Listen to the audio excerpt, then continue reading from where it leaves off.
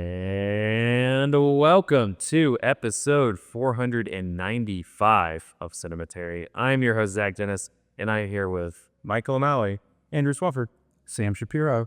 Sam's joining us. We're here at the Independent Picture House in Charlotte, North Carolina. We're going to go, live in like an hour for the screening of Chungking Express. So we're knocking out a quick part one right now. In the lovely event space for the IPH. So Charlotte people come and check this out whenever they have events. Real quickly, so we have this going on right now, but will be 2 weeks after the fact when this episode comes out. So knowing about this event is meaningless. We have a somewhat of a date in time. We have a date.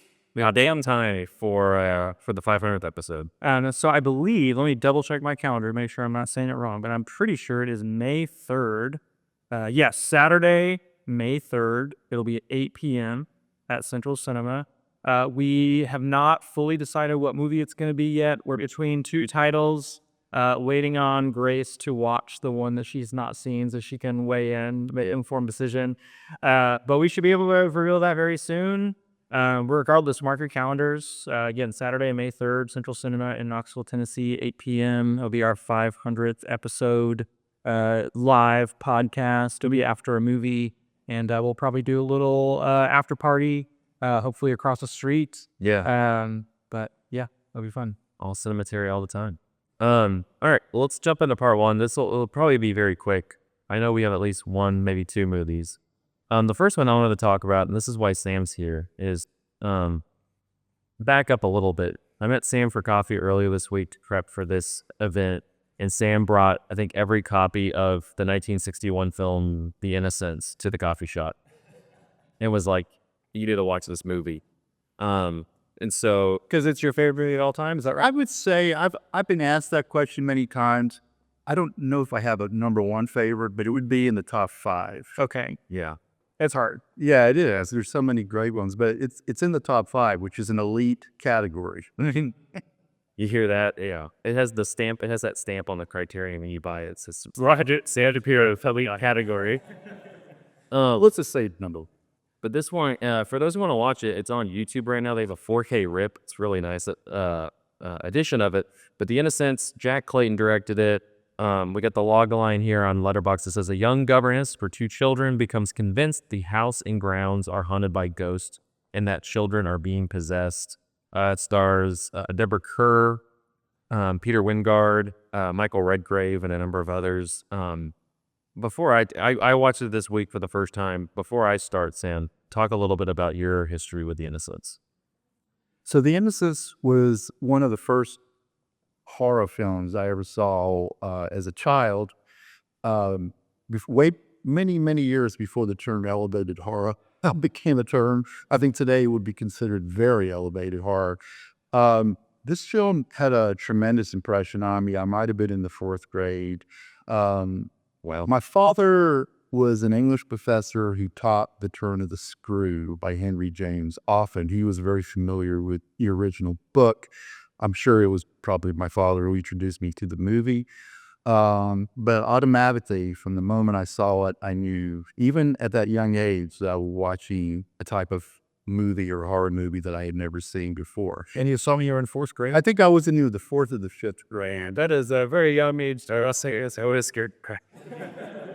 And I remember another film, you guys might know about this, that I also saw about the same time, a shorter film called An Occurrence at Owl Creek Bridge. Oh, I know the short story about Sarah's up yours. And the movie, which is about 30 minutes, also had a huge effect. I mean, it's very similar to The Innocents in some way because it deals with ghosts and the afterlife or the possibility.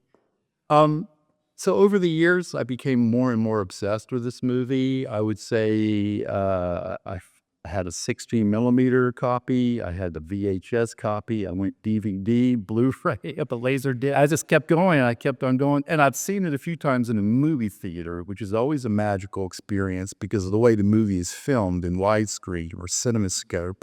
And to see it properly framed in a theatrical setting, I've had that experience once or twice. Usually as a double feature with other similar horror movies, although they're always different from The Innocents. I saw The Innocents on a double feature once with The Haunting, which was made the same year, the famous Robert Wise horror film that's based on the Shirley Jackson novel. And I've seen it also on a double feature with The Other. I was hoping you were going to say the other. Yes, the L, the Fold. And I think that the Nicole Kidman film from, I believe, 2001, although it doesn't bear any resemblance to The Innocents in terms of the way the ghosts are presented or not presented, but they're very similar in the sense they both take place within a mansion, a creaky mansion. They have a gothic romance about it. Very gothic. And there's also the Nicole Kidman is similar to the governess in The Innocents, and she's also taking care of two small children. Right. And the reason why the movie The Innocents is titled The Innocents, because it's referring to the two small children, Miles and Flora. There was a play by William Archibald that was on Broadway in the 1950s. I think Julie Harris played the governess, called The Innocents. So the movie that we're talking about, made in 1961, directed by Jack Clayton, screenplay by Truman Capote, was based really on the play that had been on Broadway a few years earlier, as well as, of course, the novel. Today, looking at this film, you would be struck by the cinematography, which is in black and white. And I show this film to students in film classes. I tell them that this is a film that would not be the same movie if it was in color. Right. It only exists in the way it does and has the impact it does because of the use of black and white and subsequently the use of shadows. I mean, from that very first shot where the opening title sequences is playing, you just have the praying hands, the candle, just like held for a very long time. Like that's just such an ominous, striking image. It's a film that I think that it improves each time you see it because it's filled with so many small, subtle details. It's no longer possible for me to see things that I haven't noticed before because I've seen so many times. I show it to students. I always point to them the fact that where had you ever seen a horror movie or a ghost movie in which the ghosts are as terrifying in the daytime as they are in the evening? Or when have you ever seen a ghost in the daytime? This movie has a remarkable scene, two scenes in particular, where the little girl Flora is by the pond where the former governess had drowned, and she sees the governess right across the pond. And that's the question about this movie, which makes it just a great movie to discuss, because does she see it? Who is actually seeing the ghosts? Are the children, the so-called innocents, actually aware of the ghost? Are they seeing the ghosts? Or do the ghosts exist only to the governess, who clearly sees them? Or is the governess having some kind of nervous breakdown? Or she also believes the ghosts are like inhabiting the bodies of the children. Actually, she believes that the ghosts are mortally endangering the children, that the former valet, Peter Quint, who was clearly evil and had an influence over the governess who drowned herself, Miss Jessel. The governess, who is unnamed in the novel and in the film, believes that. Should we? I mean, I know it's like a super old movie, but should we maybe leave it? Well, I won't reveal any spoilers at the end, but the crux of the matter is that the governess believes that the ghosts have an insidious influence over the children, and she takes it upon herself to protect the children. Right. Of course I won't reveal anything toward the end, but I will say that the end is shocking. It never fails to shock. And when I've shown it to students or I've seen it in theaters, the expression jaw open or jaw drop, this film manages it and still manages it, even though it was made 65 years ago. The shot, you mentioned the shot of the former governess across the pond. That's the one that's lingered with me the most. Yeah, because it's a very complex shot to it, because you get, it's almost like the form of a human, but it also looks very like, it doesn't look like a human, and it almost just like this kind of black mark across the way that even when you kind of look at it, you kind of squint. Later on, it's much more like clear that it's this woman. But the first one you get, it's kind of it's frightening because it's just kind of like this black mark in the middle of the screen, and you're like, what's? It reminds me of that figure in the center of the self-titled Black Sabbath album, if you guys are talking about. Yeah. Yet the other one that gets me is later on in the film, when Quint, his ghostly form or whatever appears in the window. Oh, which she opens, and then it like it does not. During the game of hide and go seek. Yeah, and it's a jump scare, but then it also like lingers on his face for a long time. That I see even. And there's no musical stinger to go along with it, right? It's just the presence of the face is enough to make you jump. Yeah. That's the thing about this film. The ghosts are always staring back at the governess, and she's looking at them. But the film hedges its bets, and that's why the novel itself is so famous, because it was Freudian before there was Freud. Really, I mean, the fact that Henry James never makes it clear whether the ghosts are real. I mean, there's plenty of evidence that they could be real, and there's also evidence that they aren't real. And I think that the movie does a spectacular job of keeping that. How different is the movie from the Henry James novel? I've never read it, but I'm interested.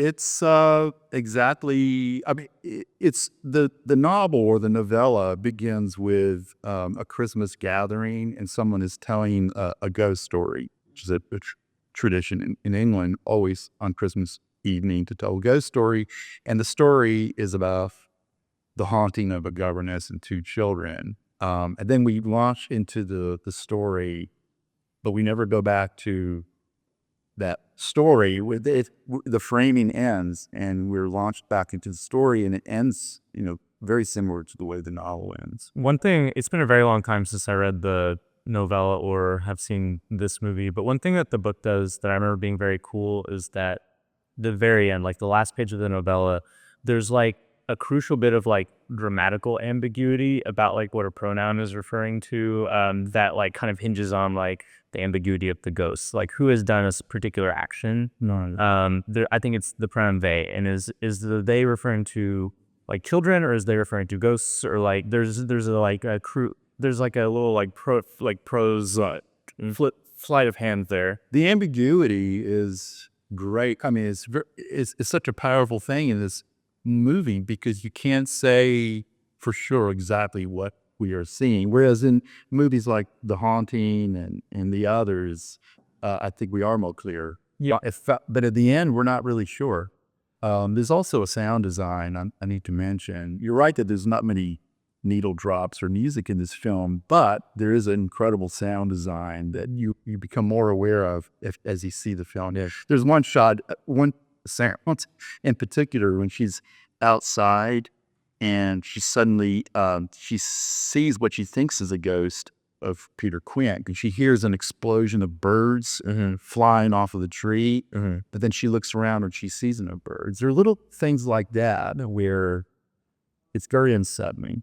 And Deborah Kerr is so great in this movie. I mean, I was thinking, I think it's her best role. I was thinking of like, you can make a series of movies that's just like, can you just let Deborah Kerr live her damn life? I'm also thinking of her having to like make it through Black Narcissus as well. Like just, but she kind of handles that like hysteria really well, and I think brings a lot of character to it rather than just kind of running around, like a chicken with her head cut off. But she is also kind of a source of horror in this movie too. Like that was my main feeling after it ended when I watched it in this recent time, that like she is maybe the scariest figure in the movie because of how the lengths that she will go to quote unquote protect the children. Right. That's the similarity I find between her and the Nicole Kidman. Right. And the others. She is told from if you watch the film from the point of view of the innocents, the two children, she is terrifying. Yeah. And the small girl is actually traumatized toward the end by the behavior or the response of the governess to what she thinks is a ghost that the girl doesn't see or doesn't. Yeah. This is a movie of so many depths. I highly recommend it. As Zach was saying, for some reason it's not streaming, but there's a spectacular version on YouTube. Well, in Criterion has a 4K edition of it because I was looking at. I need to buy it next time they have a Criterion sale. But there's a 4K rip of the Criterion edition on YouTube. It was I recommend it. You turn the lights off though, and like Oh, sure. Yeah. I think I had the occasion to show it twice during film series. Once was during a classic ghost stories, so I showed The Haunting and various other films. And then I did a film series on Truman Capote at the movies, and I was thrilled that he had written the screenplay. He just adapted the play, but it gave me an excuse to show the movie, and it's incredibly well written and literate. And one day I'll get back to England and I'll find that house. I know it's a semi-tourist attraction, and I can see the pond for myself, or Miss Jessel still stands. yeah. You'll have to tell us. You're going to cut right through that ambiguity and it gets madness. The ghosts are real, people. I prefer. But I do promise that In spite of all we said, we have not really revealed any spoilers. No. True spoilers. I've avoided the end of the movie, and please see it. Yeah. the shit. Did you want to talk about Wallace and Gromit? Yeah, sure. So I know there's something. We're recording this just a few days after we recorded our episode on The Witch, so I've not actually seen that many movies, but I did the other day find on the Internet Archive the old Wallace and Gromit shorts, A Grand Day Out, where they go to the moon in search of cheese, and then The Wrong Trousers, which is, of course, like the kind of crown jewel of the Wallace and Gromit franchise, where there's these kind of mechanical trousers and there's a villainous penguin that gets up to shenanigans. But also, I thought I'd tie in. I also saw a few weeks ago when it was released on Netflix, the most recent Wallace and Gromit feature film, which is called Vengeance Most Fowl, which is a sequel to The Wrong Trousers. And so I thought it was kind of interesting to return to the earlier shorts. I watched them in the 90s, like as a kid. I guess probably right in there coming out on video. Grand Day Out is like 1989, and then The Wrong Trousers is I think 1993 or 94. So that's like right around the time that I remember encountering them, like on VHS tapes. And that was the first kind of realization I had, like as a kid and being a fan of animation, of like the importance of understanding what the studio was that produced, because like Aardman as a studio has a very like notable stamp, all their human characters and animal characters tend to look kind of similarly. They're of course usually working in the medium of clay and stop motion. Really the only Clay has a very specific texture. Yeah, they actually have a particular kind of clay that they use that a few years ago they were saying like the manufacturing of this clay was like in danger, but I don't know what happened with that.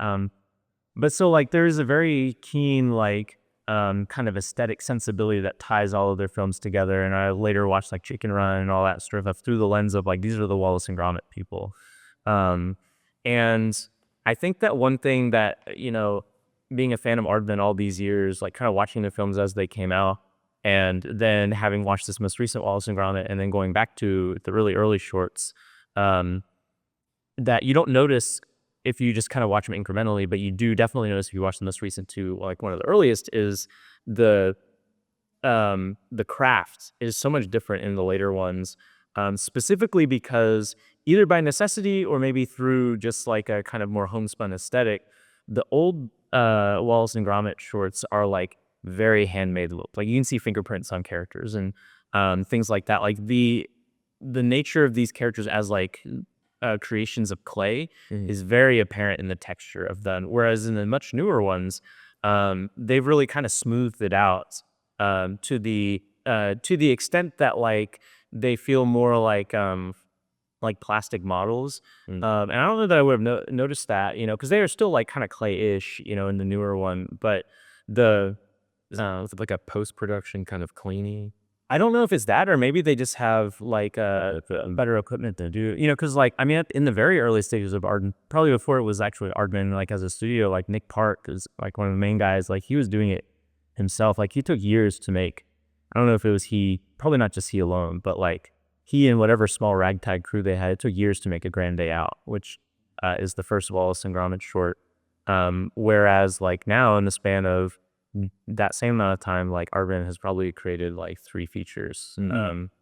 And the new one is definitely worth seeing, especially if you like The Wrong Trousers, which is like really that homespun aesthetic, and then the technical like wizardry that they do with stop motion is like at a real intersection there, because it is so obviously like the creation of like, clay, almost like arts and crafts looking, but also there's these like really intricate like technical pieces. Like there's a sequence where Wallace is asleep in the trousers, and this villainous penguin Feathers McGraw is like using a remote control to guide him through these laser trips so that he can steal a diamond from a museum. There's a later very famous sequence where there's a chase scene on model trains inside Wallace and Gromit's house, and like Gromit is like laying down tracks like as the train is going so that he can like steer the train. And like all of that is really like inventive with the stop motion medium, because you see it knowing the technical constraints of 1993 or 1994, where Aardman in recent years has kind of verged a little bit into like maybe using digital compositry and stuff like that to do some more kind of maybe visually spectacular things. There's another chase sequence in the most recent Wallace and Gromit, and just knowing the tools available to them, like it's a very entertaining chase scene. But knowing the tools available to them, it's much less impressive than going back into like The Wrong Trousers and thinking about like they have like blurred backgrounds like in like whooshing by with this train, and to think about like, okay, what are the technical things that they had to do to make that work in stop motion? Like what they probably did was painted backgrounds that looked whooshing and slightly moved them with each frame. And just like thinking about that is so deeply entertaining. There's a lot of really fun textures with there's like a repeated gag with like the toast from a toaster will like jump up, and then there's a little catapult that like slaps jelly on it. And just thinking about like the textures of like that and how they interact is just so interesting. I'm mainly talking about the old ones because they're some of my favorite like animated shorts ever, but the new one has a lot of that same charm, but is it's like watching an HD remake of a video game, where like, you're playing, you play like an N64 game, and like there's an appeal to the kind of lo-fi-ness of it, but then you play like the remake that they made on the Switch or whatever, and like the same core charm is there, but like a lot of the aesthetics are polished to the extent that they've kind of lost a little of their personality. Have you guys watched any of these recently? Or I have. I was all the new ones on Netflix. Yeah, I was thinking while you were talking. I don't think I've watched a lot of Wallace and Gromit. I feel like I would like Wallace and Gromit. You would. It's great. And I mean, this is the second Wallace and Gromit feature. The other one was The Curse of the Were-Rabbit, which came out for 10 years right after Chicken Run or something. It was quite a bit. Like I was still in middle school, I want to say, when it came out. I think my introduction to Nick Parks, and this is not Wallace and Gromit, was an animated short from the early 90s called Creature Comforts. With the zoo animals. Yeah, that's really fun. I was really obsessed with that. And I don't, that was Nick Park, right? Yeah. Like, Yeah, and like the conceit is like these animals are being like interviewed, and they have just like regular, like it's just like you got some like Joe Blow like British person off the street. that's what it was. These were genuine interviews. It could be transposed to like a duck, A bear. Brilliant. Yeah. Yeah, I'm a huge fan of Aardman. I feel like that they've not. I mean, obviously their best material is like their '90s material, like up through like at least Chicken Run. But I mean, the new one on Netflix definitely like fun in the same way the old ones are fun, worth watching. Yeah. I don't know if those are. I think more popular in the U.S. Oh, I think surely there's like, for instance, like Shaun the Sheep, who's a character in the third Wallace and Gromit. He got his own spinoff, and he has there's a Shaun the Sheep TV series. There's like 2 Shaun the Sheep movies. I was curious about that. I think This is popular here too, but I had a feeling in England it's more of a. They're very like British, or at least with my conception of what a British, like he's eating like his jam and toast with tea in the morning, and Yeah. Well, we're gonna go and jump into some Chungking Express. So yeah, Perhaps Aardman should do a remake of The Innocents. they should somehow. That's the crossover. I don't think it worked. well, we'll see y'all in the theater. Well, welcome to this is gonna be episode 495 of Cinematary. We're closing in on 500. Again, I'm Zach Dennis. I'm the host of the podcast. I'm joined by Andrew Swafford at the end, Michael O'Malley, and Sam Shapiro.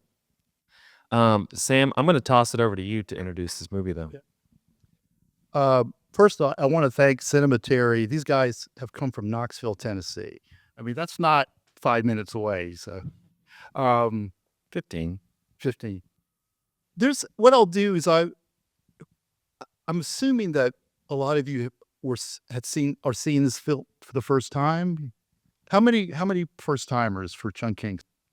So why don't I introduce the film by giving you some facts that I think would help you to maybe place some of these things in context. I'm not going to get into what the movie is supposed to mean. I'll hand that over to these guys, and maybe I'll chip in. But No, I think it would help you to understand about the making of the film, and so I'll give you a couple of factoids there. First of all, if you were to go onto the Criterion channel, or if you have the Blu-ray of Chungking Express, there is an interview with Barry Jenkins, the director of Moonlight, and Barry Jenkins points to the scene in Chungking Express where Tony Leung is with his flight attendant girlfriend, not Faye Wong, who's in love with him, but the flight attendant, and he's Dinah Washington is on the soundtrack, and he has his miniature airplanes, and they're having sex, and it's an amazing scene. And Barry Jenkins points to that scene as the scene that inspired him to become a filmmaker. He said that one particular scene opened his eyes to the possibilities of filmmaking, and he enrolled in film school because of Chungking Express, and specifically that scene. Let me tell you a little bit about Wong Kar-wai, the director of this film. He is now a cult director and considered one of the great auteurs of world cinema. He was getting famous when this movie was made in the early 1990s. He was making a film prior to this film called Ashes of Time. This was an epic martial arts film. And the story goes that he became exhausted and worn out by the long shooting schedule of this film. And he frankly got confused during the editing process about where this film was going. So he felt as if he needed to recharge his creative batteries. And he stopped editing Ashes of Time and wrote the script, or conceived the idea of Chungking Express. He filmed Chungking Express. It was a massive hit, and then he went back to editing Ashes of Time. He shot Chungking Express very quickly. He shot it, he wrote it, shot it, and directed it in 3 months. Apparently, according to Wong Kar-wai, he conceived the entire story and how it locked together and how the two disparate parts fit, but he also improvised on the screenplay. And according to him, he would work on the screenplay in the morning, and they would shoot in the afternoon. This film it's interesting to watch it with fellow Americans, because I think that in 1994, when this film came out, it was viewed very differently in Hong Kong. First of all, these are 4 icons of Asian cinema, and many of us probably don't realize that for watching it 31 years later in America. Tony Leung, who plays Officer 633, Takeshi Kinashiro, I'm sure I'm mispronouncing that. He plays Officer 233. Bridget Lin plays the femme fatale in the first part with the wig and the sunglasses, and Faye Wong plays who the person is referred to as the manic pixie role in the second part of the film. These were huge stars in Hong Kong and Asia. 2 of them were pop stars who had never acted in movies before. Faye Wong, who plays the young woman who works for her cousin in the second half of the film, was not an actress. She was an up-and-coming pop star. She agreed to make this movie and became an instant sensation. She continued to act, but she is more of a pop star. She is a huge pop star, or was in the 1990s and the first 20 years of this century. I'm not sure if she's still performing, but she was enormous. As was the other cop, Takeshi, the one who's obsessed with pineapple cans. The other two actors, I'm going to say a few things about this. Bridget Lynn, who plays the mysterious woman with the sunglasses and the wig, was enormous, a huge star. She's in some of the films in this series. This was her last film. She was in her early 40s and she retired completely from films after this movie. And it's kind of interesting that Wong Kar-wai, in her final role, Wong Kar-wai chooses to disguise her completely. If you didn't know what Bridget Lynn looked like, you wouldn't really know it from this film because she's hidden by sunglasses and the wig. And Tony Leung, Officer 633, is one of the biggest movie stars in Asia, and he's in also 2 or 3 of the films in this series. Another thing I think you might find interesting is that Quentin Tarantino was a big fan of Asian cinema, and when this film came out in 1994, Tarantino, under the imprint of his production company called Rolling Thunder, which was financed by Miramax and Harvey Weinstein, he wanted to release this film in America and introduce Wong Kar-wai and Chungking Express. And it came out through his production company or his video company. That's how I saw it, first on VHS. The problem when he tried to introduce it to American audiences is that they didn't know whether to promote it as an art film or as a action film or as an exploitation film, and this wasn't marketed correctly, and it vanished pretty quickly. It wasn't until a few years later that its reputation became enormous, and just to flash forward a few years, about 2 or 3 years ago, Sight and Sound, the famous British magazine, every 10 years they do their rankings. They ask all the film critics around the world, what are the 100 greatest films ever made? Wong Kar-wai appears twice in that list. He made a film in the early 2000s called In the Mood for Love. That's in the top 10. But this film, Chungking Express, in the last poll came in at 88, which I think is still pretty impressive. One other thing I'll say before I turn to these guys, obviously the film has 2 very different stories and different film styles. And I'm sure we're going to get into that because that's one of the most mysterious things about this film is how the 2 sections connect, and they do, very much so, but it may not be obvious in the ways they do. But what is Chungking Express? What does that mean? I haven't been to Hong Kong, and please, if anyone is here more familiar with this than I am, chime in. But this is a massive place in Hong Kong that is referred to, I think, as Chungking Mansions. It's sort of an underground section of Hong Kong, and the description I have is it's a warren of flop houses, cut rate shops, and import-export businesses that are a haven for the criminals, and the poor of all nations. I don't know if it's still there, but Wong Kar-wai was very much influenced by this kind of world within a world, and he conceived the film taking place there. And it very much does, at least for the first third of the movie. Then in the second third of the movie, it sort of breaks out of that enclosure and you see more of the outside of Hong Kong. So it's a film I think that it helps to see it on a big screen. And I'll say one other thing. I keep on saying that. One other thing, like Columbo.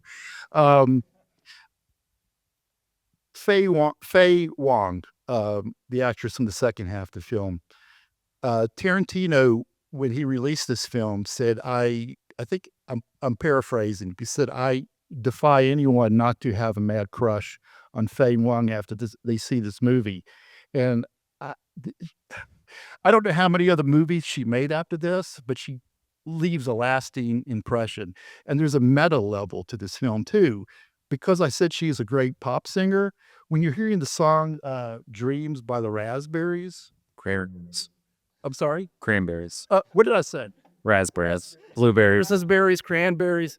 I'm sorry. It was inevitable I would make a bad mistake. But when you're hearing that song in dreams, you're hearing Faye Wong herself sing it. Did you notice you weren't hearing Irish, you were hearing, I'm going to say Cantonese, hopefully. Yeah.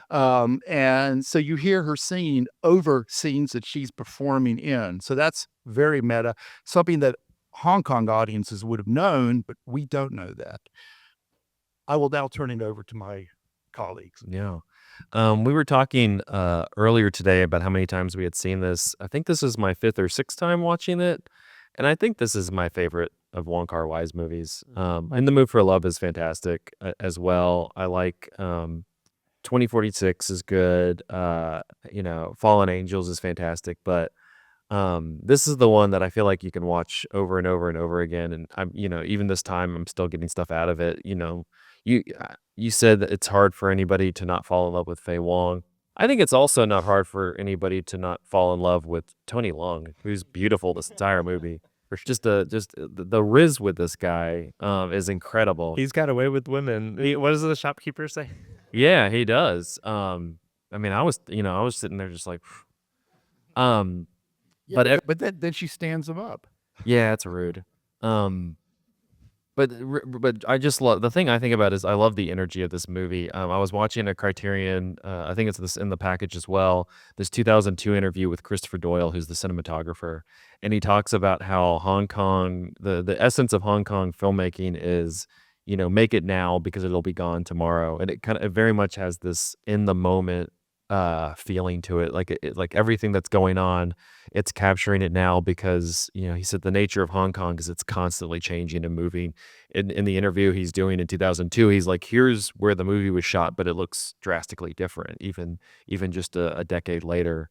But Andrew, I know you've seen this 5-6 times now. Yeah, this is my 6th time. What do you still get stuff out of Chungking Express? Yeah, absolutely. Because it's just like a vibe, right? Like this movie has such an evocative sense of feeling and like musicality to it. Like I don't necessarily need to like be finding new things to interpret every time. It's just like I want to exist in the world that these characters exist in and like hear these songs over and over.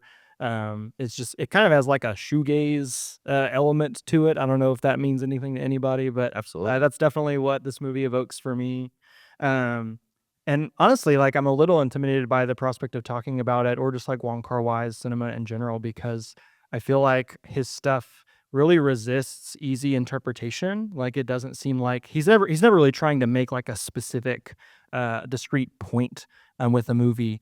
It is much more about the feelings and the emotions of the characters. And this movie, I mean, a lot of his movies are kind of about like distance between people and like people kind of like having these near misses with each other, like because they're in like the wrong time and place for one reason or another. And this movie really feels like it's about loneliness and like urban loneliness, but it's also not sad really. It has just kind of this buoyancy to it. There's just this kind of effervescent energy that keeps the film from kind of falling into despair, despite the fact that these characters like can't seem to have any sort of lasting connection with one another. So say it was an odd movie to show after Valentine's Day. I scheduled it in February because this was the Valentine's movie, but this is the most un-Valentine romance. It's all about misconnections and being stood up. Right.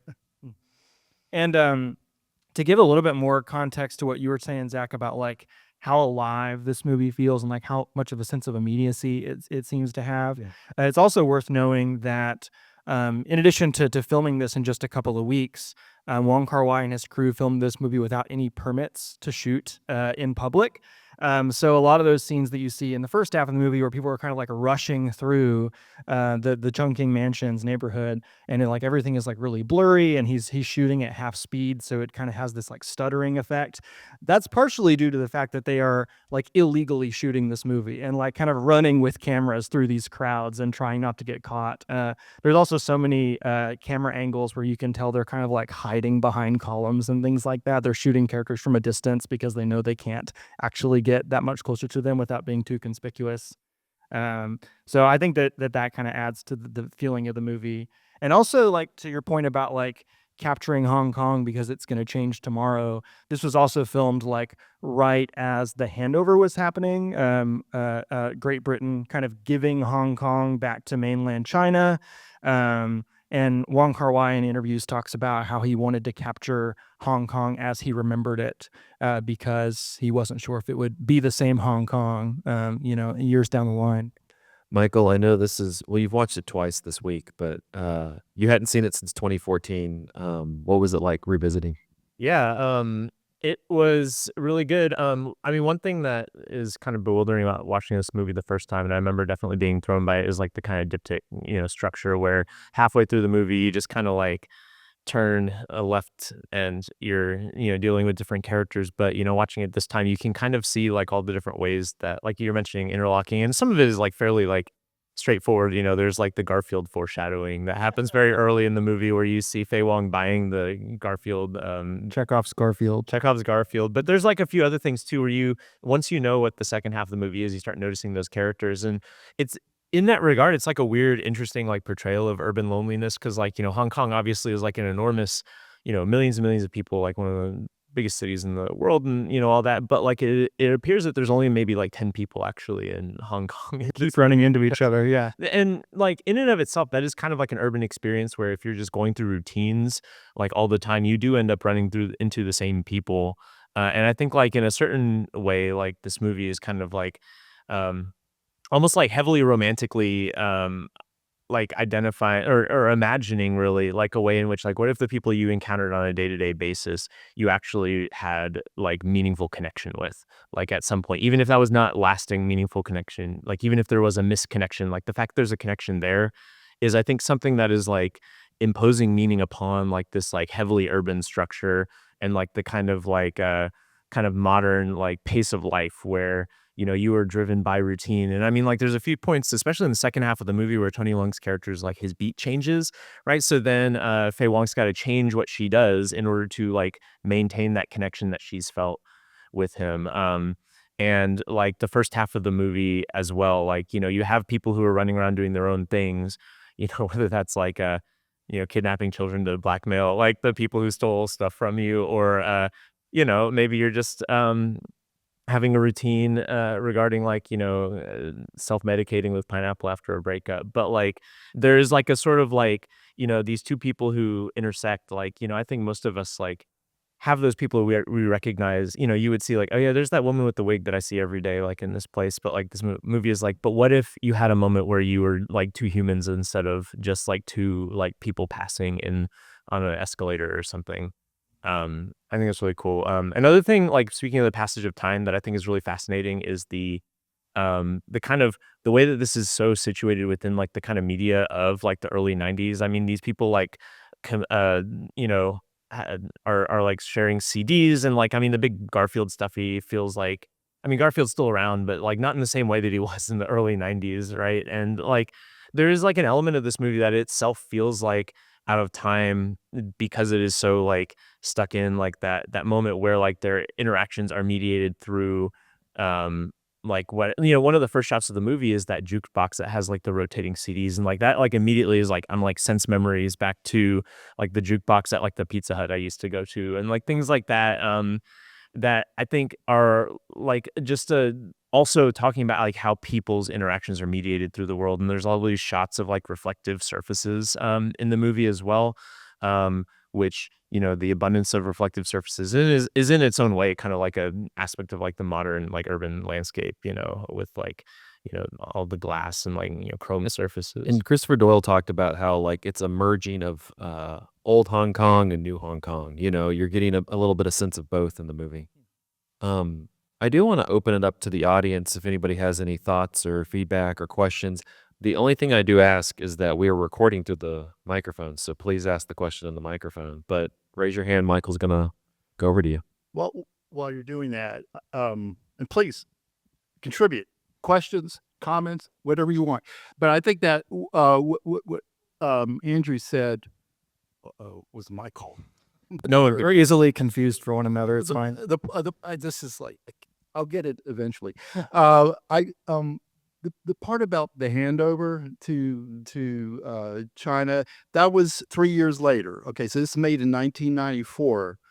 This entire movie, that I don't look upon Wong Kar-wai as a overtly political director, No. but this is a clear message um, that I find embedded in this film. This movie is obsessed with expiration dates, right? Not just May 1st, but just the idea of expiration dates and the clock ticking. We constantly see the visuals of clocks ticking and the expiration date.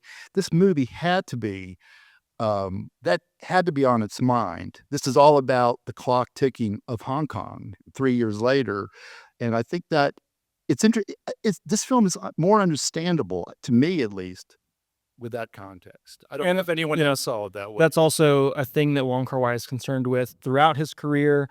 Of course, there's the movie 2046, which is named after, I think, the last year Hong Kong will be officially independent before it's under the governance of mainland China again.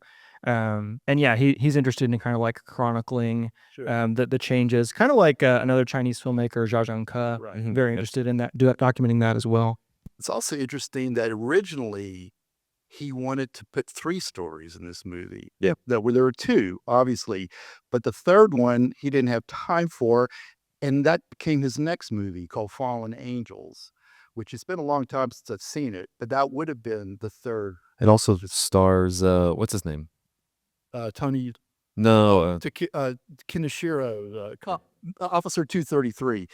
These, we're talking about parallels between these films. They're not easy to find, but these are 2 of the most unusual police officers that I don't know that many, but these 2 cops talk to themselves. They're very self-absorbed, and they're obsessed with, objects, weeping towels, and very, very.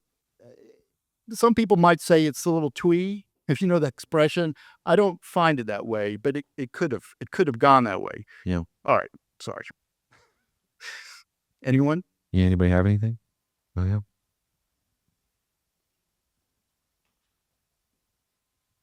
Sorry. So Wong Kar-wai, he's kind of known for, aside from George Lucas, he is one of the most well-known director for sort of editing and redoing some of his movies. Starting with his wuxia movie that you all mentioned, Ashes of Time, creating a whole different version of that. Now it's very hard to find the original theatrical cut. But I was in this new Criterion. This is the first time I've seen this version, and they did sort of alter some of the color timing and things like that. And I think Fallen Angels, they altered the color timing the most. So I was just wondering what you all think about that. Like, as a director, that's his artistic vision, but should we sort of preserve the original theatrical releases of these movies? It almost speaks to what we were just talking about. It's almost like he's interested in you have that original cut, but then building or taking away, or just you're playing with the time over the course of a career. I think, at least in my opinion, I like watching him do it more than Ridley Scott. So at least it's a little bit more interesting. But it might just kind of, I don't know, as an artist, it might be like, I saw it this way now, but, or then, but now I'm going to look at it in a different way. He's also stated that in doing these remasters for Criterion, he was trying to evoke the feeling of the movie he originally intended to make, that, for one reason or another, didn't quite come out the way that he wanted it when he made it back in the 90s. And while I agree with you that it would be nice to have preservation of the theatrical cut and Wong Kar-wai's new cut, I also find, his explanation as to why he's made certain changes very compelling. In the Criterion box set of The World of Wong Kar-wai, like almost all of his films compiled there, he says, as the saying goes, no man ever steps in the same river twice, for it's not the same river and he's not the same man. And I think that, Wong Kar-wai, being a filmmaker who's like so interested in the passage of time and like how things and people change with time, I think it's only natural that he would kind of be open to the idea of his movies changing with time too. While we wait for another comment, it's also interesting. You mentioned Jia Zhangke as who made a film this past year, Caught by the Tides, that Yeah. is like taking pieces from his previous movies that sometimes weren't in the movies, but also were in the movies, but he just brought it back and is like piecing together like his past to a Yeah. degree in a very fascinating way. The chopped and screwed remix of Jia Zhangke's filmography. Yeah. Yeah. I will say on a very basic note, one perk of him doing a new version of this is the Miramax logo isn't there at the beginning. So If you go onto the Criterion channel, or if you have the Blu-ray, there are 5 or 6 deleted scenes, which I had not watched. I don't know what they add or take away from the film. Well, I think that a lot of his movies have deleted scenes that would radically alter the film because of the way that Wong Kar-wai shoots, writing in the morning and then shooting in the afternoon. He's a very like intuitive filmmaker. He's just kind of making it up as he goes along. He's feeling the movie out. So yeah. Isn't it interesting, though, for someone who's apparently making this film on the fly and it's improvisational, still when you watch it, especially at the second or third time, you realize all the parallels between the first and the second scene. So although it was a lot of improvisation, he had the overall vision and concept, parallel between the two cops and so many other things. One thing I came away from, again, in this film, it's quite unsettling almost, the difference in filmmaking styles from the first third to the second half of the film. He only uses that really slurry, I don't know what else to call it. The like stuttering camera style. Yeah. Yeah, I had never really seen that until Wong Kar-wai. There's I think it's called the step. What is it? Step? I wrote it down somewhere. Never mind. But the second half of the movie, sure, it's the same director, but it's completely different filmmaking style. The color, the way the camera moves or doesn't move, it's almost as if you have to remind yourself, I'm watching the same film. Did anybody here, is it their first time watching and kind of was going, what the hell's going on? Or just, this is the greatest thing ever? Oh, we got a mic coming to you. One sec. yeah, I would just love if you could speak a bit more about the connections between the subplots, because as a first time viewer, I think I caught some of the surface ones, but I'm sure I missed a fair deal. So Yeah. I remember the first time I watched it, I was like, what the hell does this have to do with one another? Well, I wrote down, I threw a few things down. There's references to travel in both sections. There's a flight attendant in each section. But nobody has mentioned one other thing, though. I'm burying the lead here. Did anyone realize how much of this film is taken up with consuming food? Everyone is eating in this movie. Every time you see Tony Leung, he's eating the chef salad. There's a lot of chef salad in this movie. But the movie's obsessed with just eating. I don't know if anyone else has any insight into that, but I found it almost comical how in the entire movie there's this focus on eating. You also have like some just kind of going back to different connections. Andrew or Sam mentioned, or no, like Michael, one of those people who was up here with me, mentioned that you see Fei Wong in the first part getting the Garfield. You have kind of the handoff between part 1 and part 2, where Fei Wong runs into the Right. cop, in the store. Misconnections. Yeah, in the first part, you have like a shot of Tony Leung kind of like looking out onto the streets.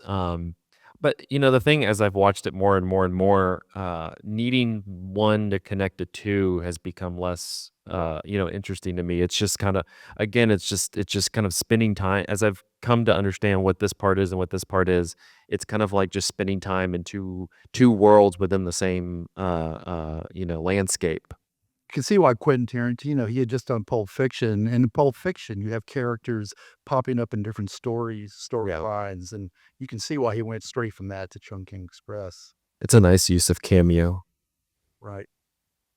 Oh yeah, Eric. This is more of a comment perhaps than a question, but I want to try to tie a couple things together that I've been thinking about as I listen to you. So the Garfield scene where you see Fei Wong early on get the Garfield, if we're going to be strict about continuity, that's way out of whack, right? I mean, she's not even met him yet. unless she bought the Garfield, kept it in her apartment for several weeks. And it was like, I found a better home for this Garfield. But we can flash forward to the end and the scene at the California restaurant, which is not raining when 633 goes. And when the when the owner of the deli comes and gets it, there's no rain, but she says it was raining when she was there at 7:15. He was there at 7:30. They're supposed to be there at 8. I mean, you just think like, well, I don't know about that. What those scenes allow for, and I think this goes back to what Sam said early on, and has always kind of intrigued me because I've heard that story about the break in Ashes of Time, and he does this like on the fly, real quick to recharge. Is I can think of very few movies that I've seen that are so much about filmmaking and what you can do with the camera and what you can do with editing and what you can do with color and making it so obvious that the story kind of just drags along with it, right? The story is not that, they're not that compelling, those stories, right? Because they don't really take you anywhere. And most first timers, at least I used to teach this film in my film class in high school, and my kids would be like, what? When it ended, because they want a conclusion. Yeah, it's not like conventionally satisfying. Right. Yeah. But it is very much about like, in the artistry of Christopher Doyle in this film and how he does the same stutter step technique in Fallen Angels as well. And I just think that's just so, it's so wonderful to see, or I just thought, perhaps Wong Kar-wai is just like, shit, I'm just going to let it all fly. Yeah. I've not really thought about this movie as a movie about filmmaking, but one thing that I noticed this time that I'd not really noticed before is the scene early on with like Bridget Lynn and all these like drug runner guys. Like there's this very small moment where one of them is playing with this like handheld camcorder and has it plugged up to like a CRT television, and like you can kind of see what he's capturing, and that kind of like blurry digital effect looks a lot like a lot of the cinematography in Chungking Express. That felt like maybe a bit of a meta joke to me. The most modern movie. It is. Mm-hmm. Yeah. Right. Anybody else?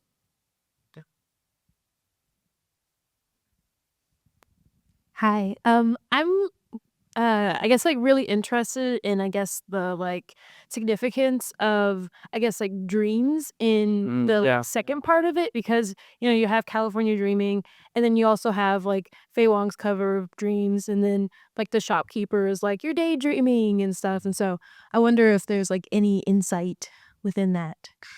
All the characters are obviously very self-absorbed, and they're all dreaming and daydreaming. There are constant references to dreams. There's a scene where Faye Wong is sitting by the fan.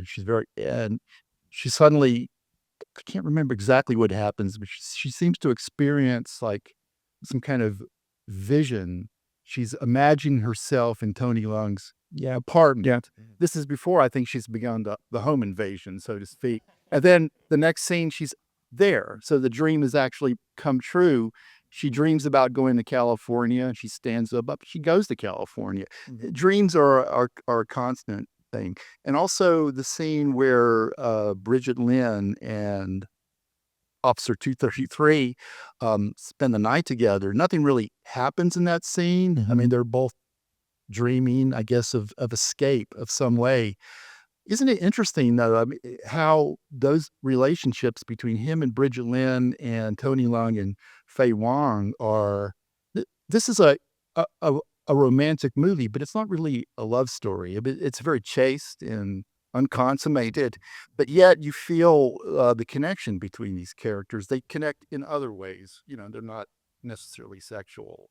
I also see this movie as partially being about like the difference between somebody's like interior life and their exterior life. Like these characters are always kind of mulling over their heartbreaks while they're just kind of going through their daily routine. And there's also like the dream of a large break from routine in the case of Faye Wong's character wanting to just like uproot and go to California. And so many of Wong Kar-wai's movies are also kind of about tracing the like Hong Kong or Chinese diaspora to different countries.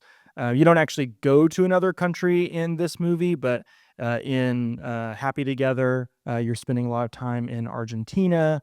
In at the end of In the Mood for Love, you're in oh gosh, I wrote it down somewhere. Cambodia at the end of In the Mood for Love, and I think there are some other examples throughout his filmography as well. But I think that the dream of just like leaving this place, going somewhere else, is kind of a constant throughout his filmography. And it's also just such a dreamy experience, like we were talking about, like the nostalgia, this urban nostalgia that you're kind of experiencing in them. It's only in this, neighborhood of Hong Kong. It's not Hong Kong, and so maybe it's even just breaking out of the routine of what they see every day. But I describe it when I try to tell people to watch this movie. It's very dreamlike. You kind of feel like you're just floating through the narrative. Fei Wong kind of is like the skeleton key, in understanding the movie, because she's just kind of floating through. She's never really like set in one place. She just kind of floats to different locations. Yeah, it is really associative movie where like these little like buds of things like bloom into stuff in a way that's not really like in a way that's not like conventionally structured, but in the way that kind of like trains of thought or dreams sometimes act, where it's like, a dream oftentimes like just completely changes like what is going on in the dream, because your brain like ends up following some like random thing that happens in the dream. And like in some ways that's just like as simple as like what the handoff is like in this movie, where like he ran into this woman at the beginning of the movie and that started one train of thought, and then he runs into another woman, and that's like a different train of thought that begins like a dream might. Watching this film, I don't know how many times I've seen it, but again, Tony Leung, the scenes where he comes back to his apartment, he seems to go through his entire life dreaming during the daytime. He talks about how incredibly observational a police officer is, and he doesn't even realize in his apartment the changes that Fei Wong has made, which are pretty extreme. Or when she's in the apartment with him. I mean, I just find that very, very humorous that he doesn't catch on to that. Also, what an absolutely chaotic way to like tell your crush that you like them, is to break into their apartment and slowly redecorate their place. I would be furious. Like that might be the end of the relationship with me. We have time for a comment or question. 2 of them left. If anybody has anything else. Yeah. I don't know. I think I could live with Fei Wong breaking into my apartment. That just says something about me. Hello. So this was like the second Wong Kar-wai film I ever watched. The first one was In the Mood for Love. So when I first watched from Chungking Express, I was very confused, obviously. And I'm still confused. but I think the one thing I noticed is that even from then and now, it's still a very experimental. I can't say the word, but it's a film that just experimental, And for some reason, the first time I watched it, all I can think about if it was influenced by like filmmakers from the French New Wave, like Godard. Absolutely, yeah. But I feel like with Wong Kar-wai, I don't think it was very much influenced by the filmmakers. I think it was just sort of organic. I think he just sort of made it. So I don't know if you guys have any comments about that. Wong Kar-wai has been compared a lot to Jean-Luc Godard, not just because of the fact that they perpetually wear sunglasses and all his actors wear sunglasses. But yeah, definitely the use of pop music is connected to the crime genre or the gangster genre is a thing that Godard did. All of his films, Breathless, and he constantly made cop films. I think it was Godard who said, once you have a girl and a gun, you've got the movie, or I paraphrase, but something to that order. I think Wong Kar-wai was using that in the first part of this movie. He had a girl and a gun, and he has a crime movie. And yet it's got the hip side with the pop music, and that's also very Godard. So, and just a willingness to kind of throw convention to the wind, experiment with narrative structure, with form, with filmmaking technique. Yeah, there are images of this film. I mean, the toy airplane in the fish tank has always stayed with me for some reason. There are a lot of images that stop you cold. The story is almost subsidiary to the imagery, I think, in this film. Yeah. One last comment. Come on. And somebody's got something. What if somebody was like, I hated this movie, but I stayed for this whole discussion? That would be amazing. I would love them. Y'all are wrong. It's a very different movie without the pop music. Yes. Without the mamas and the papas and the cranberries. You could Okay. stop call them the raspberries, or Strawberries on one day. Yeah, it's a different movie, but also the image of Fei Wong. Well, I have a question for y'all. Like, what do you make of the fact that we're re-listening to these songs so many times? I know that that's kind of a sticking point for some viewers. They don't like the movie because they find the music grating after they've heard California Dreamin' for the 7th time or something. Well, it's part of the rep. There's a repetition in this film. I mean, you keep on seeing the May 1st expiration day, and you see the pineapple cans. You hear the same music over and over again. There's a repetition to the audio and the imagery. And I think that's part of maybe the theme of the film, how we find ourselves in just, Listening the same song over and over, yeah, not breaking out from that. yeah. I think it's also just funny. Like, I remember the first time I watched it being like, oh no, California Dreamin' again. And like, it did a little bit like wear thin, but the second time, like knowing that was what was going on, like you see that the movie kind of sets it up like almost like a joke. Like there's this one cut and we cut to like Fei Wong working in the store and it's like already halfway through the song, like implying that like, yeah, you know what she's listening to. And, I don't know, like it has a cumulative like rate gag sort of effect where like every time it gets just a little bit funnier for me. We listened to it on the way to the theater today. We did. Even though we knew we were about to hear it like a million times. I guess it helped that Fei Wong was working for her cousin because, I mean, she doesn't pay the electrical bill. They have to light the candles. They usually a person would get fired for something like that. But Just to comment on the music, it's sort of like when you're watching a Lee So-nam movie and the same Ennio Morricone that they ripped off from another movie plays over and over again. And like, there's that connection with the Kung Fu movies with the like repetitive soundtrack as well. And it's like, it's sort of common for Hong Kong cinema to do that. And that's sort of one thing I love about the soundtracks and a lot of these Hong Kong movies.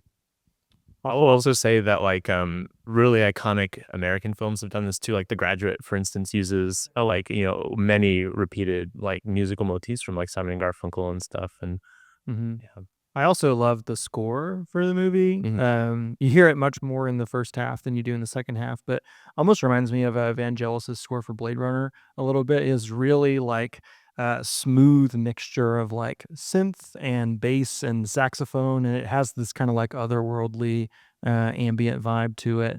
I think that's just one of the many elements that kind of like makes this movie feel like the plot doesn't really matter all that much, right? You're just there for the vibes. Well, thanks you so much for staying and talking with us. We're Cinematary again. We got our YouTube and our Spotify. This episode will go online, not this coming up Friday, but the week after. And it'll be on YouTube as well as Spotify. We're also on Instagram. We're going to be celebrating 500 episodes in May with a big shindig in Knoxville, but we're planning to do even more after that. So we appreciate you coming out. Oh, yeah.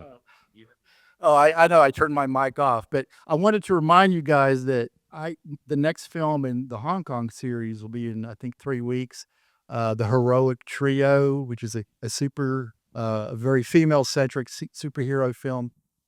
Unbelievable. So We also did a series like a year or so ago about Michelle Yeoh, and we realized after the fact that we should have included the Heroic Trio. So if you go watch Heroic Trio and you want to get more Michelle Yeoh, we got some movie recommendations for you there. Yeah, we're right now we're revisiting old episodes. We did a Chungking episode before, and I lost the audio, and so the episode ended up being Andrew and I recounting what we talked about, which wasn't good.